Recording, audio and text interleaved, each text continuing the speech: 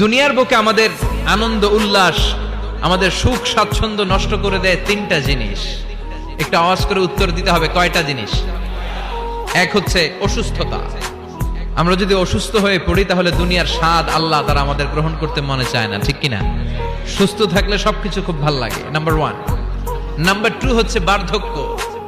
যারা যুবক তারাই আসলে পৃথিবীর সব নাজ নেয়ামত বেশি ভোগ করতে পারে। বার্ধক্যের করাল গ্রাসে যখন কেউ আক্রান্ত হয়ে যায়, বয়সের ভারে যখন নুজ্জ হয়ে যায়, সে কি যুবকদের মতো পৃথিবীকে ভোগ করতে পারে?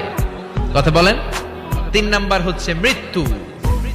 The death, the most certain thing in our life is death, but the most uncertain thing in our life is the time of death. আমাদের জীবনের সবচেয়ে সুনিশ্চিত বিষয় হচ্ছে মরণ, আর সবচেয়ে অনিশ্চিত বিষয় হচ্ছে মরণের সময়।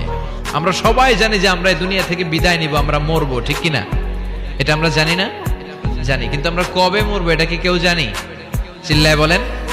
তাহলে এই তিনটা জিনিস দুনিয়াতে আমাদের সুখ স্বাচ্ছন্দ্য স্বাদ আল্লাহকে নষ্ট করে দেয়। আল্লাহ বলবেন এই তিনটা জিনিস যেহেতু তোমাদের সুখকে নষ্ট করে, জান্নাত থেকে এই তিনটা জিনিসকে আমি আল্লাহ আউট করে দিলাম।